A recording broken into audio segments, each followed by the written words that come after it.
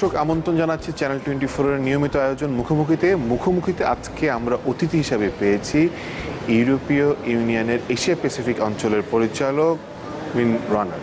Welcome to the show. Nice to meet you. It's probably first time in Bangladesh for you, but the meeting was very important. That's Foreign Office consultation with Bangladesh, and there were Foreign Secretary was there. So please brief us. What are the issues you've been discussing with him? Yes, it was first time for me to come to Bangladesh, and I'm delighted to finally also be here upon invitation of Foreign Secretary, with whom I have established a very good relationship. We had the diplomatic consultations last year in Brussels, the first half, and we now have come together. It allows us to have a broad overview over all major issues in our relationship, and we discussed in particular the situation in Cox's Bazar, the situation with regard to the many Rohingya refugees, but we also discussed trade-related issues under the Everything But Arms scheme, which allows the tariff-free and quota-free access to the European market. We also discussed questions linked to migration, regular, irregular migration, and certainly also the situation with regard to upcoming elections. Okay, it starts with the Rohingya issue. So from Federica Mogherini till everybody from European Union, they are standing with Bangladesh in a sense that they're standing with for the humanity. And on the other side, we don't see Myanmar is not that active to take these people back to their motherlands. How this problem can be solved? What's your observation? And Myanmar is also within your territory as you look at 41 countries. The conditions for that be met so that people can go with confidence in security and can go back to where they come from, and in a situation where they would have rights in their own country. And the importance of the understanding found between Bangladesh and Myanmar about the return cannot be underestimated. Also, the recently concluded memoranda with the United Nations key agencies is very important, and Europe stands with those who had to leave and have the right to return. And we commend the Bangladeshi authorities for their outstanding efforts, and the population of Bangladesh for their generosity in the way they have received so many people in such a short time. Europe is among those who are contributing most to the international effort of financing what is necessary for people. More than half of the international financing comes from Europe, and we will continue to support Bangladesh in its efforts. Right, and as the joint response plan been declared on March, so in that particular case, UN will be in need of like $951 million. And last time we know that in the pledging conference, Europe have donated a significant amount of money for this sake of humanity. So in this $951 million, how much you will be able to sort of donate or contribute? Because only 6 months back, you already contributed. And of course, from the headquarters, you have to ask, and maybe you have to negotiate with the EU countries, right? I know, however, that this is still well beneath what the UN agencies have identified as needs. And I have met today all the key UN agencies to hear in detail about the situation in the camps, but also about the cooperation between Bangladesh and Myanmar to make the return possible. It is not an easy situation, and we are absolutely in favor of making every effort so that those who are in Cox's Bazar would not only receive the necessary medical and food aid, but also would have the possibility to undergo education for the youngsters and the kids, or also would have some income generating activity, so that they are not in complete dependency. And this, however, does not mean that we would in any case wish to see them spending a long time here. They have the right, and they should return to the country they are coming from. Right, on this issue we have to take our first break. We'll come back and talk about more. দর্শক, আমরা কথা বলছিলাম win গার্নারের সাথে, এবং আমরা কথা বলছিলাম রোহিঙ্গা ইস্যুতে, যে রোহিঙ্গাদেরকে অবশ্যই নিজ দেশে নিজ জন্মভূমিতে ফেরত যেতে হবে। আলোচনা চলতে থাকবে, সাথে থাকুন, ফিরছি একটু পর।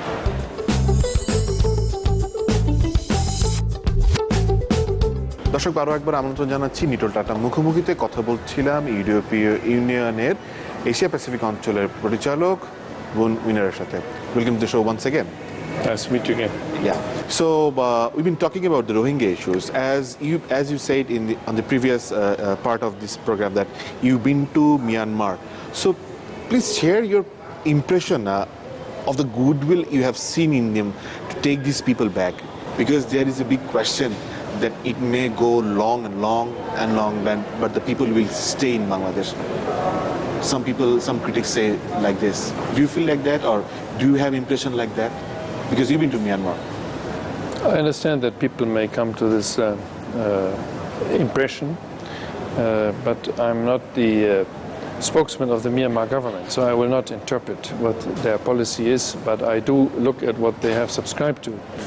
And not only have they subscribed to international instruments, which are clear in terms of what the rights of people are who are displaced or who are refugees, but also, and more importantly, we have the recommendations of the Annan Commission, which looked at the root causes why Rohingya people are not having the rights as residents and as citizens. Most importantly, however, I would like to underline is the understanding reached between Bangladesh and Myanmar about the return of these refugees, but also the understanding reached between Myanmar and the UN agencies.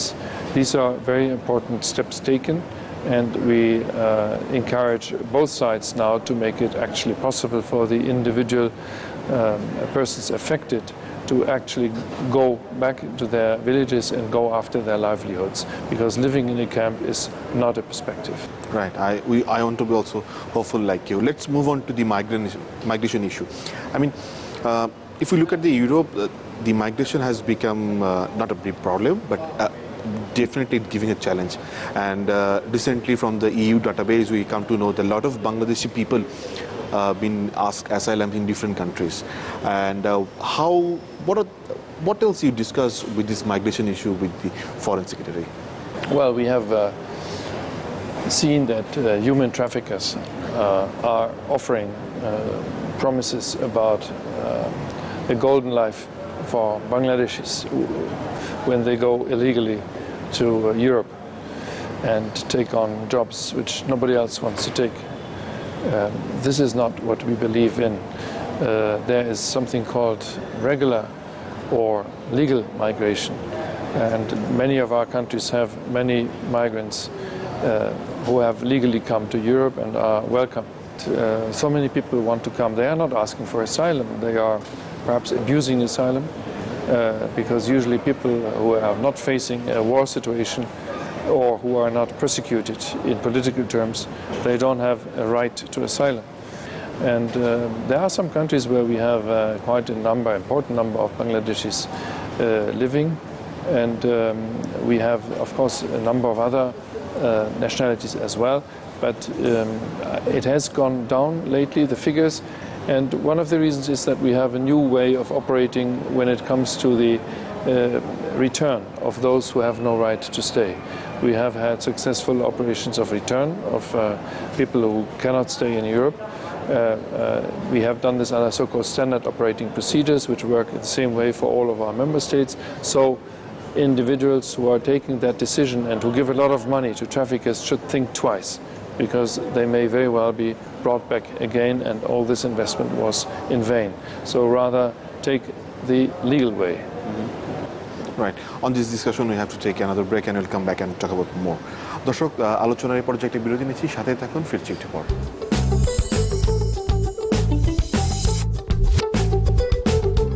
নিটোল tata মুখোমুখিতে স্বাগত জানাচ্ছি আরও একবার। কথা বলছিলাম ইউরোপীয় ইউনিয়নের Asia Pacific অঞ্চলের পরিচালক গুনারের সাথে। Welcome to the show once again. Nice meeting again. Right. So we've been talking about the migration. Let's talk about the other issues, the EU-Bangladesh trade relation. How do you see, because there are the RMG issues, the labor issues, this trade relation has a lot of other sins in the same scene, right?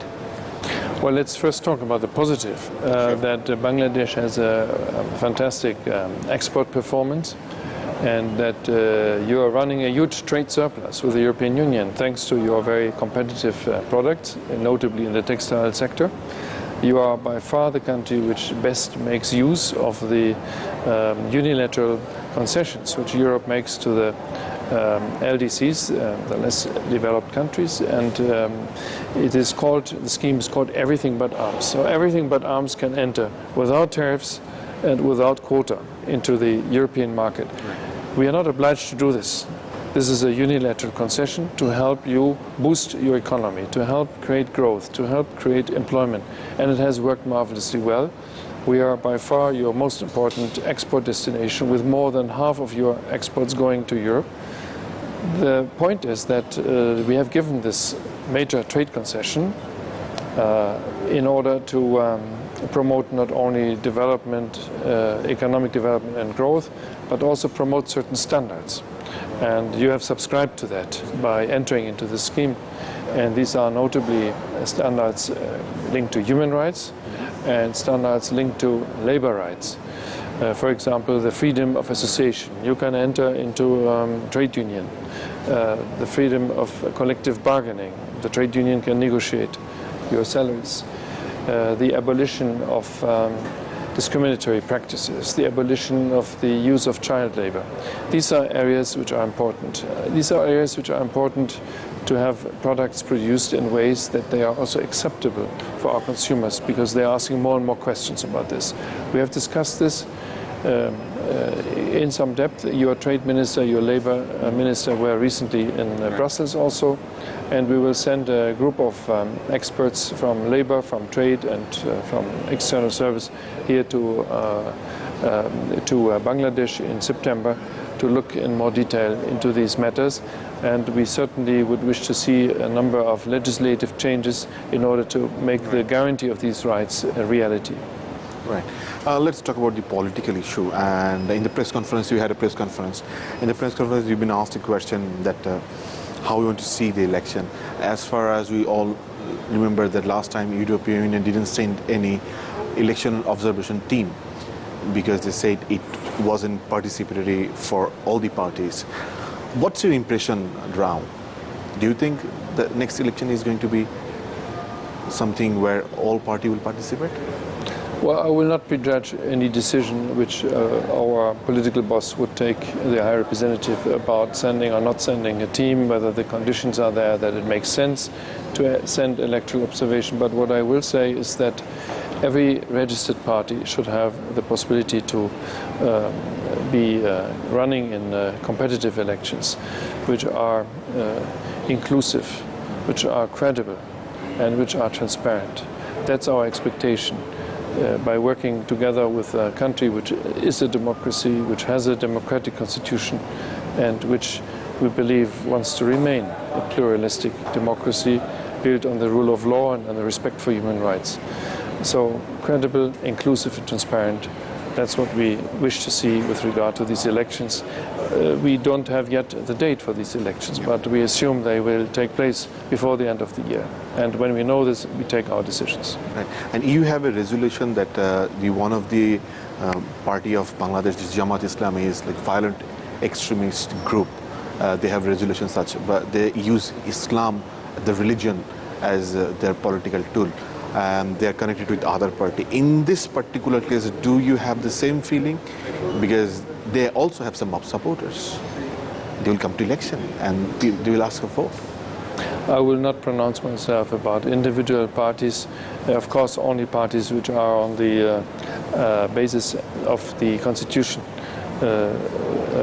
would participate in such elections, but it is not up to us to determine that. Thank you. It's been a pleasure talking with you. Thank you. দর্শক, আমরা কথা বলছিলাম ইউরোপীয় union Asia Pacific অঞ্চলের মহাপরিচালক Bruno উইনারের সাথে।